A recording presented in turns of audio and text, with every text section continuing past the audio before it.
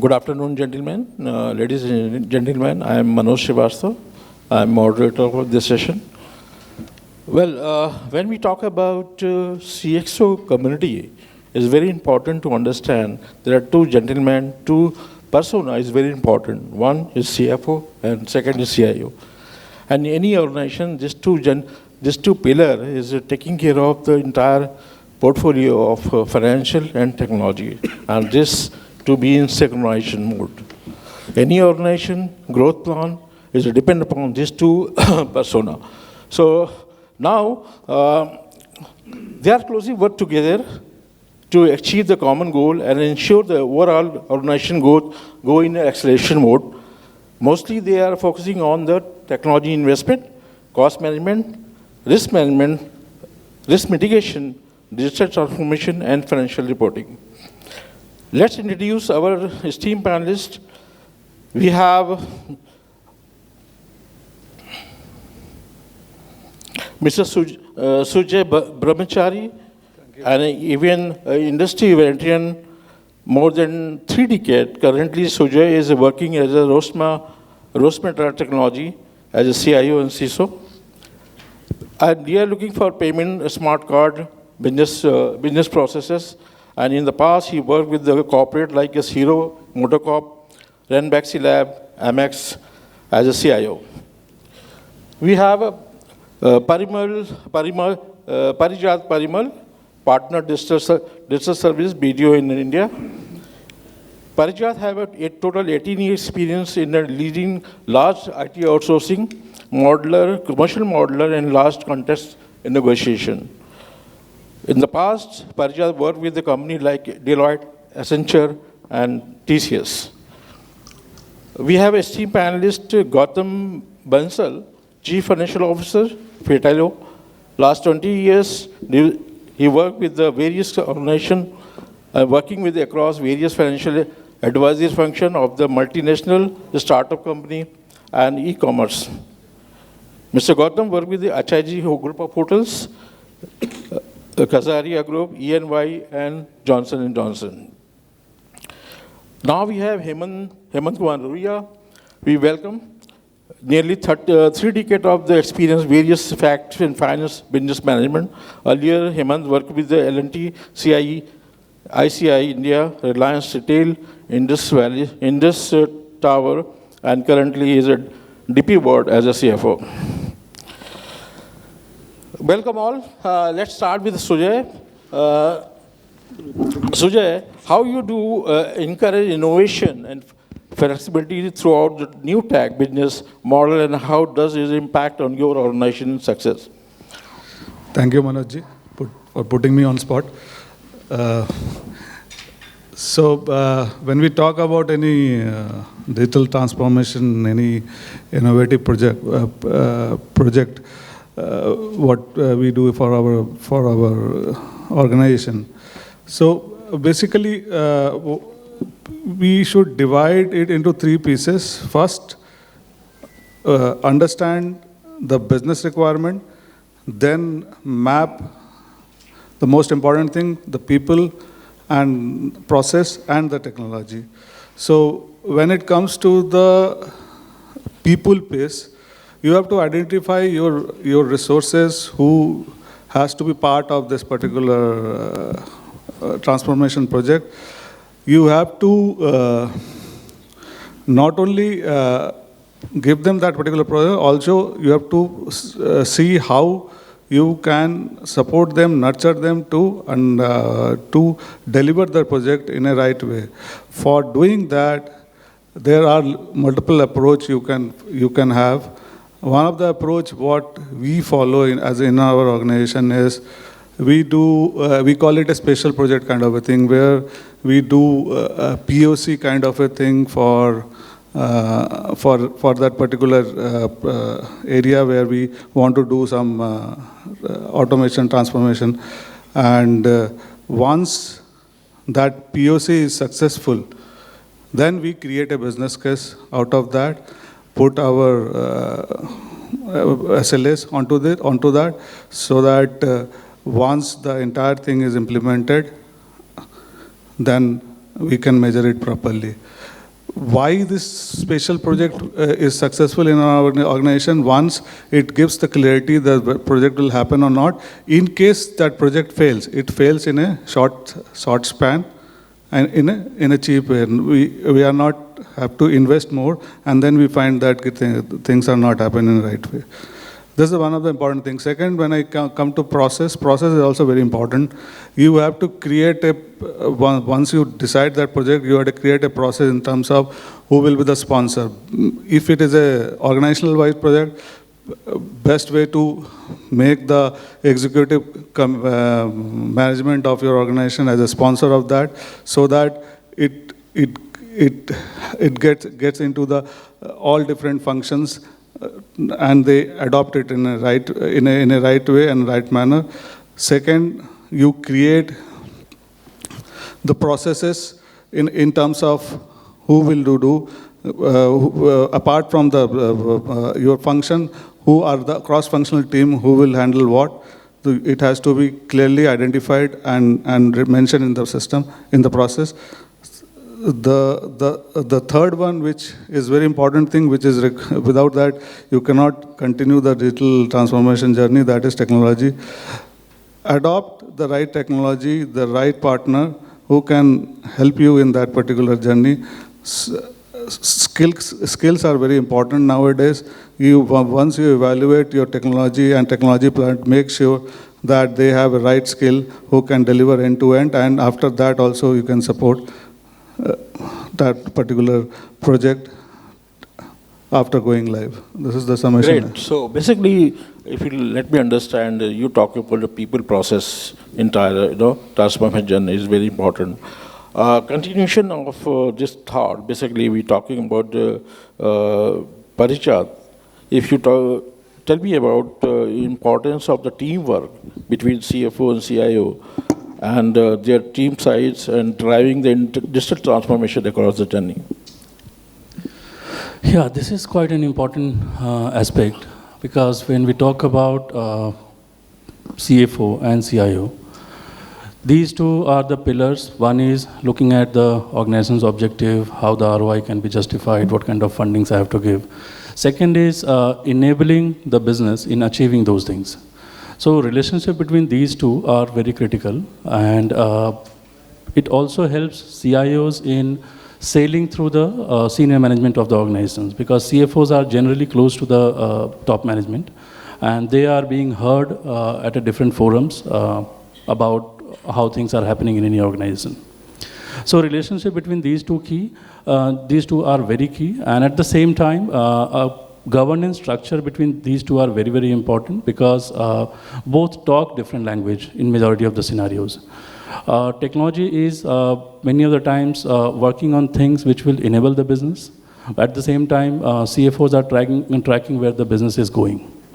So a common governance between these two, a common understanding between these two, what technology is developing versus where the business outcomes are, it becomes essential as tracking through the entire journey of any kind of digital transformation, and it gives the right ROI to the organization.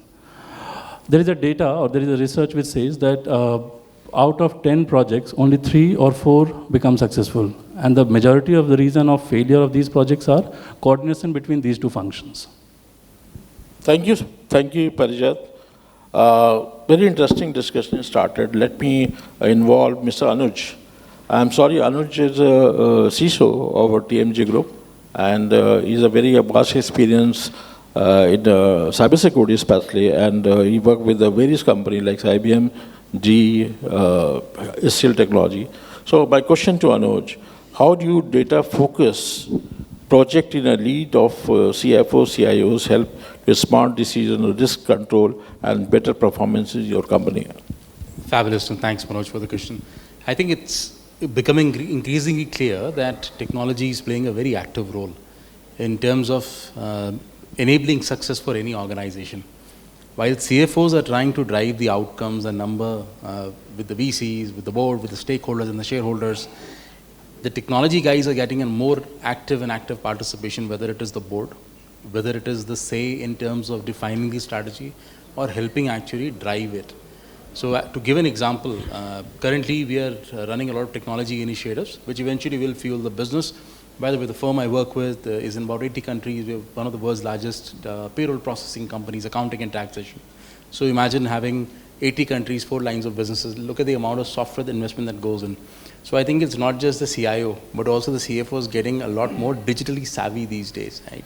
They're understanding what is being procured. They're understanding what outcomes are being delivered. How should it be consumed? And hence, making sure that risks are understood is also a very important aspect. I still think of the old days where we had a very dedicated ERM or enterprise risk management function, which was very centrally responsible for worrying about some of these things. Meaning with these things are getting really decentralized, and that's where the beauty of the relationship is shining now between the technology functions and whether the finance functions are there. I still remember going back and asking CFOs for approval, saying, boss, we need this, right? And then the simple question was, okay, why are we buying at this cost? What is the discounting? So it was a very number-oriented conversation. I think those conversations are really pivoting. Those conversations are really pivoting towards what are we doing to add value to the customer. Just before us, in another session, somebody was talking about, I know that before I go home, the Amazon package will be home. Or I know my food will be at home in 10 minutes. So while the numbers are being tracked, it's really the technology which is either driving that innovation or not, for that matter. And one thing, I was having a chat with one of my industry colleagues. We were joking about one thing that history tells us is that we never learn from the history. And this is, we were joking about it for 20 minutes, but the reason I'm putting this up is I'm going to draw a parlance to it, is that when we were talking of Industry 4.0 or the last evolution. I think today we were really talking about generative AI as the next evolution or a revolution, right? We are equally excited about it, and so is the board, the CFOs and CEOs, and everybody's talking about it.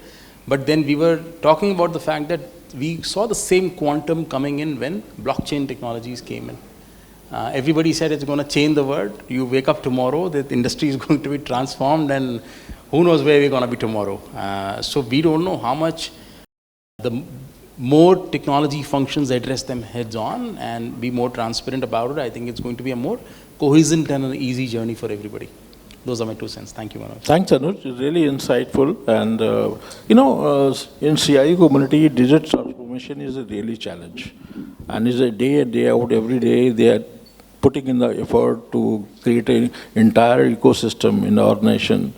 But now, CFO is a major role to play. What going to be, finance, how much amount, how much fund to be allocated in the digital transformation, what really value.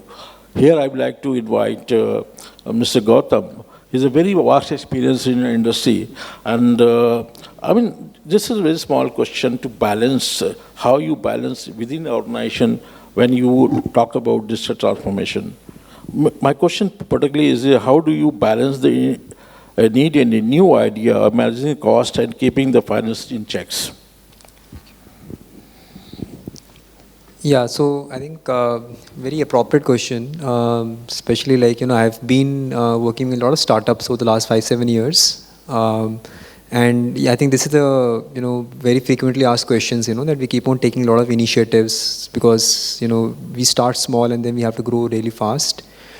It's all venture money that flows in. So the growth targets are really high. So we have to keep on innovating, we have to keep on adding new lines of business. We have to grow, like 6x, 7x, so it's like very, very different growth rates to be met. So, and I think it's more of the mindset. The answer to the question is more of mindset, how you look at it. So we have to be extremely frugal, We can't stop experimenting, basically. That's right. That's one thing, because in the current technology world, and especially startups, you either grow fast or you perish. There is no third way out, right? So you have to innovate and you have to experiment. So I think the key is that you start small, you experiment. With focus. So while your core business is going on, you have to diversify into, say, 2 more business lines. So for example, take an example of healthcare industry.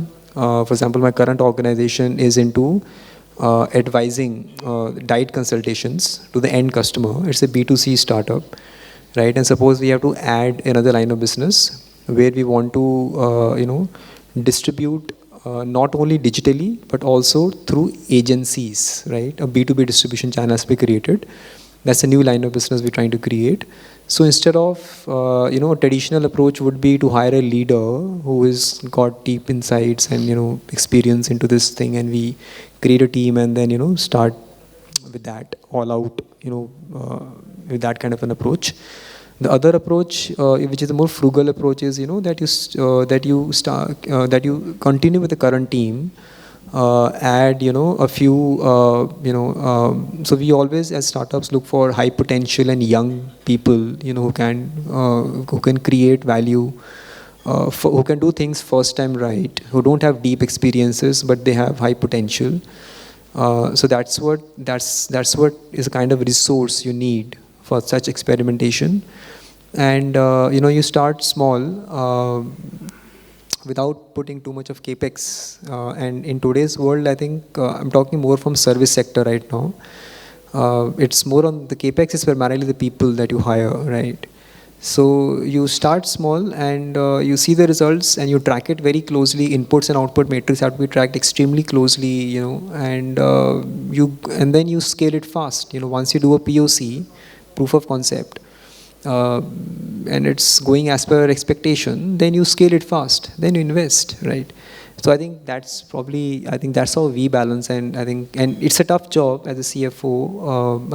In a smaller company, growing fast, CFO is not only a CFO but also taking care of, responsible to the board, for the overall governance and the strategy of the company. So yeah, that's the kind of approach that we take. So I would call it more of mindset, and obviously you have to take in buy-in from everyone else. You have to convince everyone else, but yeah. Yeah, so I agree with you, Mr. Bansal, because it's a mindset. When we talk about mindset, so it's internal in our nation going for entire transformation, training is required, change is required, change management is also required. So one point you highlighted, like say, we have to go set up the short-term goal and long-term goal. So we have to test it, what investment going on to particular digital transformation is going to be really success story or maybe fail. So this is a really CFO KPI, so where they can manage their risk factor. One thing we are always, hearing in the CIO, CFO community is called ROI. ROI is very important, but how to calculate ROI? For me, ROI is something different. For you, ROI is something different. Let's have a balance. So my question to Hemant.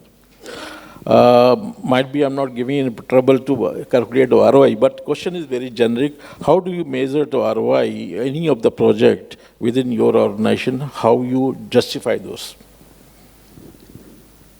Look, so I'll give you an example. The other day, I took my wife out for shopping and she said, look, 10 साल में तुमने क्या दिलाया मुझे, ठीक है? सो भाई क्या चाहिए, आज तो तुम हमको 3 कैरेट का सॉलिटेयर दिलाओ. चलो भाई 3 कैरेट का सॉलिटेयर, चलते हैं दुकान में. 3 कैरेट का solitaire. She came prepared, VVS1 H colour. मैंने कहा दाम भी पूछ ले. दाम पूछने के बाद, why can't you afford this? भाई मेरी सैलरी स्लिप तो तुम्हारे पास भी आती है. So you decide if I can afford it or not. It looks very nice. I'm not denying that 3 carat VVS1 H color solitaire doesn't look nice. But you need to decide whether it works for us or not as a family. This is the same thing. If you translate that into our corporate lives, what works? Look, all of us, and everyone is a brand. Each one of us is a brand. We want to market ourselves. And everyone is unique. Everyone will say, this is my USP. This is my USP. which is also very good. But at a CXO level, collaboration takes paramount importance as opposed to, no one is questioning your ability to do your job. You wouldn't have reached a CXO level if you were challenged on the job. So when collaboration becomes key, then ultimately whatever you do as a CXO, whether it's a CIO or a CFO or whoever, ultimately it boils down to everyone. It's just not the CFO's job, but everyone's job at a CXO level to ensure that the stakeholders' interests are met. A stakeholder, आप उसको customer experience बोलिए, customer retention बोलिए, customer downtrending बोलिए, uptrending बोलिए, give it whatever color you want in terms of marketing. Ultimately, the stakeholder will say, Bhaiya, did my share price go up? Am I better in terms of net wealth? How much of profit / dividend have you given me? So unfortunately, it boils down to a number. And that is what happens. But क्या होता है, if there is no collaboration, then creating that number so that the stakeholder's interest is not compromised becomes a challenge. The CIO usually will come and say, this software gives such a beautiful look and feel. Okay, now the point is, bolega, this UI of this software is brilliant. But the point is that if the UI is brilliant, what am I going to do about it? Is it customer facing? If the answer is yes, second question, because of the UI, will the customer come back to you? If the customer comes back to you, you get better revenues, you get better profits. So ultimately, it boils down to a number. If the two of them can collaborate, they will create a ROI, for sure. Because अब क्या होता है, he'll get stuck. The CIO will get stuck. ये इसका UI अच्छा है. अब उसके ज़्यादा वो बोलेगा नहीं. बोलेगा there's no other software in the world that can get you a better UI than this. Or I need, अब CFO बोलेगा, बस UI से क्या बना? Up, you look at it. And I'm telling you, sharing you a live experience. Okay? So I'll not take names. I've had 2 experiences where the right side of my brain was a CFO and the left was a CIO. So for 7 years, I was a CFO and CIO. So it was all in one. And then for the next 4 years, this whole thing was CFO and there was another head which was a CIO. So I'm giving you experience from both sides. No one can, we have done our due diligence. No other software can give you a better UI. But boss, let's work together to UI को translate कैसे करोगे? Because ultimately if you're going to the board has stakeholders. They will want to see कि आप दोगे क्या. So I think it's not about numbers, it's about how we can collaborate. Because the numbers is only an outcome. कि भाई, to prove to the board that both the CFO and CIO are aligned and it is good to go ahead. It's all about collaboration to break that, whatever lingo you are saying. Does it make sense? Does it translate into numbers so that the shareholder or the stakeholder can say, okay, good to go? Thank you. It's a very new thought of angle, like say, UI is a gateway. Any customer coming in our organization, basically they judge with the organization via UI or website. So yes, I agree with you, the way you're looking into the ROI, this very, very correct angle. Now, coming back to Sujoy sir, how you make that your digital journey and fit with the overall goal with the organization beyond money matter? See,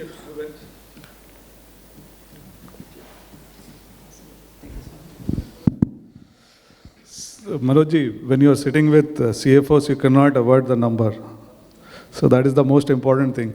See, whenever you do any kind of project, when you are into in the phase of making the business case, you need to keep that what kind of cost optimization you are bringing in apart from other benefits. So number is more important, but when you say beyond that, there are multiple things which helps if you do a successful transformation project. Like for example,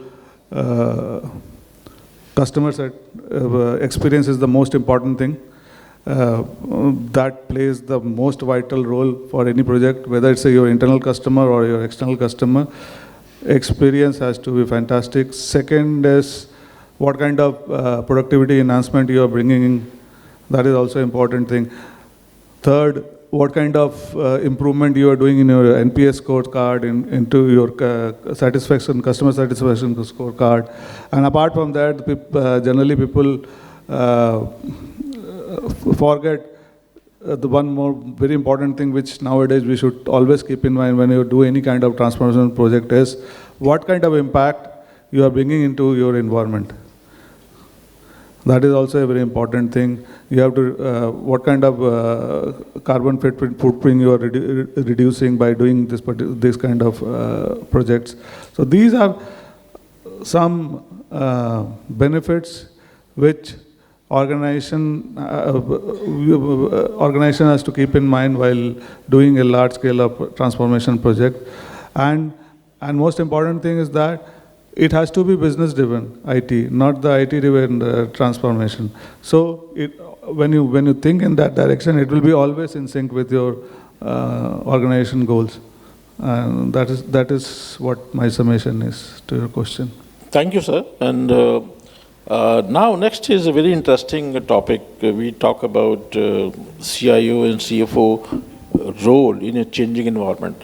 So my question to Mr. Parijat, how you see entire ecosystem when CIO, CFO role running parallelly, running an organization. So how you do role of the CIO and CFO change the today digital world, especially setting goal up together? So as my fellow panelists, they have talked about, there are roles earlier where CIOs were working independently, working at the back end, creating different technology ecosystem, and CFOs working separately counting and looking at the numbers.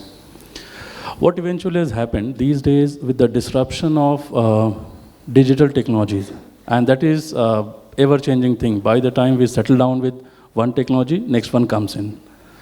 So tech team gets the push from the business that there are newer technologies, newer ways to connect with our clients or serve our clients. IT or CIO, they have to work on bringing in those new technologies. Now, as we heard, bringing technology is easier, but linking that technology into how that is going to result into the value creation for the business and for the ecosystem, that becomes quite critical. Along with all these things, with every technology and this digital world where we are living today, if you look at data is the key. So we are feeding a lot of data. At the same time, the board or CFOs or business heads, they all are also looking at data to make the decisions. So we have created a data-hungry ecosystem, be it in IT or be it in CFO function. And at the same time, governing this, that what data we are getting, what data we are exposing to external system, what data we are allowing our ecosystem to touch base.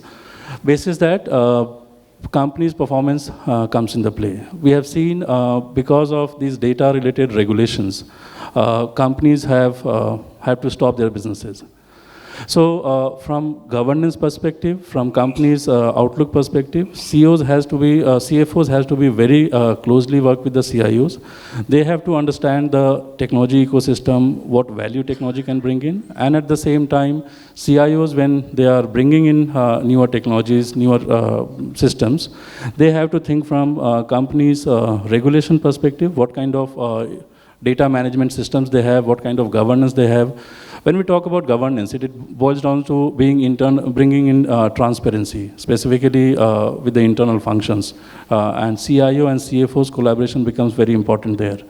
So feeding the right information into the CFO and enabling CFO to make the right decision based on the technology ecosystem, that is the key. And that's when the collaboration and relationship become important between these two. Thank you. So I just said, data is very important of any organization.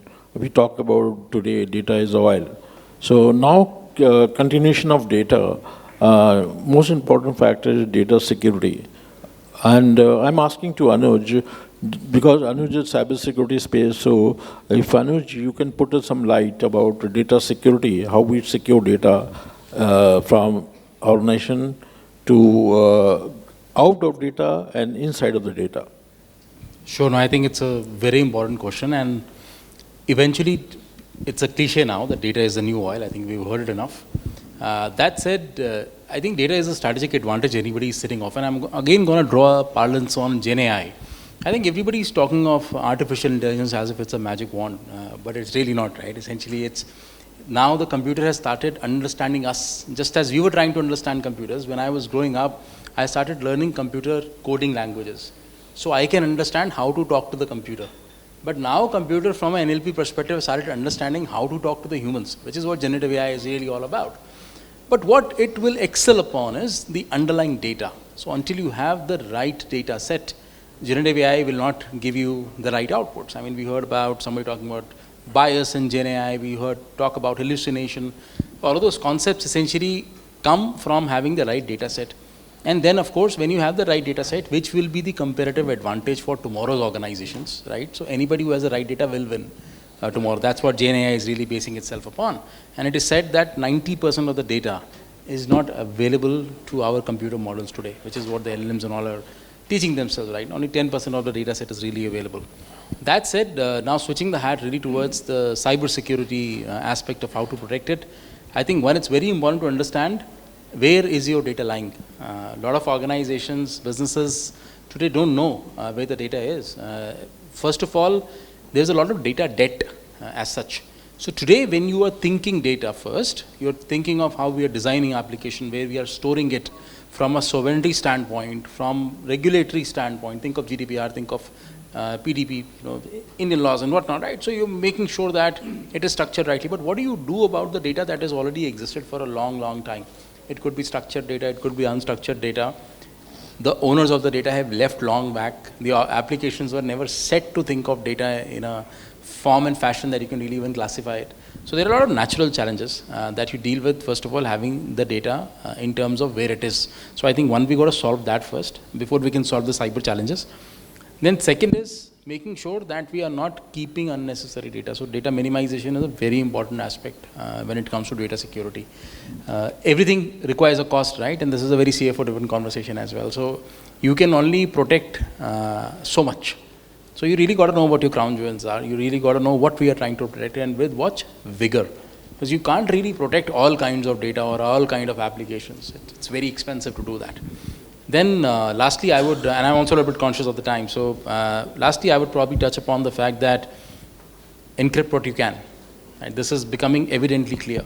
Some of the largest attacks we are still seeing is ransomware sort attacks. And essentially, the biggest problem is today's technology is not just taking data saying, all right, you give me money, I'll give you data back, but it's double extortion, it's triple extortion. They'll take your money, still they'll post your data online. They'll take your money, post your data online, tell you it's deleted, but then publicly release it as well, right? So it's a very complex game of catch-up when it comes to security, but I think the answer, the complexity is not with protection or cybersecurity as such. The problem is that we don't link it correctly to the business problems we are trying to solve. Like I was saying, know where your data is, know what you're trying to protect, and clearly then formulate a strategy around it. Those are my 2 cents. Thank you. Thank you. Really interesting, conversation I can see. Moving forward, you use the word AI and Gen AI. I'm coming back to Mr. Gautam, sir. If you put in as a CFO, how you look into the future of Gen AI and AI?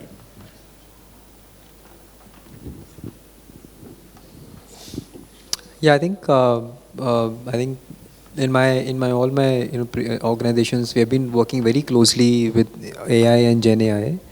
I mean AI primarily as of now. I think Gen AI I think is still not there in every company. Every company is while trying to go that path. So AI to I mean it's very important today, and I'll give a few examples. For example, like I think the video team prior to this rightly described what an AI is and how is it different from Gen AI. So, I mean, like in my previous organization, which was a logistics, organization, where we were aggregators for, e-commerce logistics. So we had a lot of data, and being a tech startup, we always manage data very well. Like Anuj highlighted, how the data is being kept. It's something that's very important, and I've seen a lot of organizations not being able to do it properly, and then the data is not right, so you don't get the right decision making after that. I mean, you just struggle with cleaning the data 90% of the times. So yeah, coming back, so what happens is that like in logistics, we used AI, artificial intelligence, to predict which is the best logistics partner that a particular parcel should be sent through, because different logistics partner could perform differently in different geographical regions. They could have different cost structure, cost. So you could look at the best prices. You could look at the shortest time it is delivered. You could look at the lowest RTO, that is return to origin. So all the number of parameters that you can evaluate a quality of delivery in. So AI is going to take care of all those parameters and tell you the best courier partner that should be used for a particular parcel, right? So that's one of the tools, and that is AI, like is said earlier, is dependent on the data that is fed in, right? So that's one of the use cases of AI that we have done in the past, that I have seen in the past, and I think the time is already up. So I think that's one thing that I've seen, and I think Gen AI to me is, I would say, a little new while we are going towards NLPs and other technologies, but yeah, definitely the future is there. I mean, it's the next level of AI that, I mean, as I'm a CFO, so I can't talk a lot about tech, but I think that's how I understand the business that I've looked at, the tech business that I've looked at. Thank you. Interesting. So, and I'm talking to Hemant sir. Hemant sir, use case is very interesting. I have seen last discussion. Now, I'm talking to, you can give me one or two use cases where within our organization, CEO, CFO and CIO not sync each other. Any of the use case, because I know everybody knows that some alignment is not there. So just give me some use case. I'm sure there'll be a lot of use cases. The CIO सोचता है कि भाई he's a binary guy, 0 or 1. He doesn't understand anything beyond that. पैसा है या नहीं है, ठीक है? And the CFO सोचता है this bugger is all about marketing. He'll come and the most newest kid on the block को लाएगा, बोलेगा this is the best available. Let's go and implement it. Those are the two positions that each of them take. Okay? And then what happens is, when you get ingrained into your positions, and then even if the CIO, and I'm now, so I've done this, as I said in the past, when I told my right brain to work with the left. Okay? That's one example which I did. And the second one was, initially what happened is the CIO used to, when the other head was the CIO, not this, he used to sit in the next room. Okay, क्या करते थे भाई, कोई problem हो, mail करो. Just send him a mail. And then the chain mail started. +1, plus, @ And this mailbaji would carry on for days together, no outcome. Obviously it is not outcome because I have dug into my position, he's dug into his position. The only way to break the ice, this is the only way you can get the two to work together, is one of the two has to break the ice. And how I did it is, and I'll tell you, I've done both. I'll tell you two ways, quick ones. One, go up to him. Instead of sending a mail, walk up to his room and say, boss, objective क्या है? ये करना है ना? Okay. Then start working backwards. That if both of us are aligned, then how do you ensure that we do it? It's worked because he'll also, if he's aligned, I'll tell him, boss, if you do this, if you take this route, you'll achieve your goal. Again, it comes down to collaboration. Now, 70 to 80% of the time, when you go over, have a chat, in the worst case, take him or her out for a drink, it works. 70 to 80% of the time. But there'll be that 20% where you do what you want.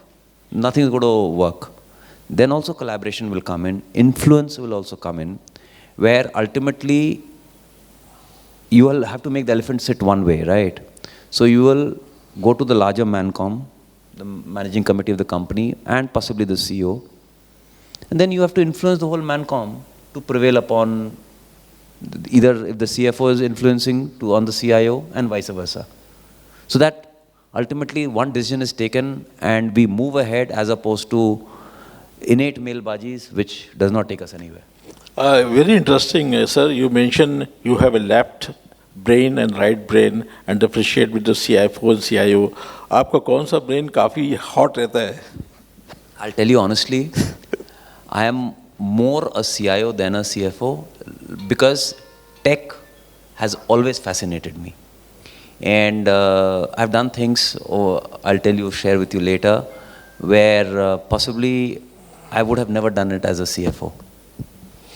Okay, great. Thank you very much for all panelists. Now we have a sort of time. I think we have only 5 minutes. So any question from among the audience, you can ask. Any 3 questions? Sir, only one. We are already late. Is over. We have one more session, then we have lunch Okay, also. let's have a one-to-one after this discussion. Thank you very much.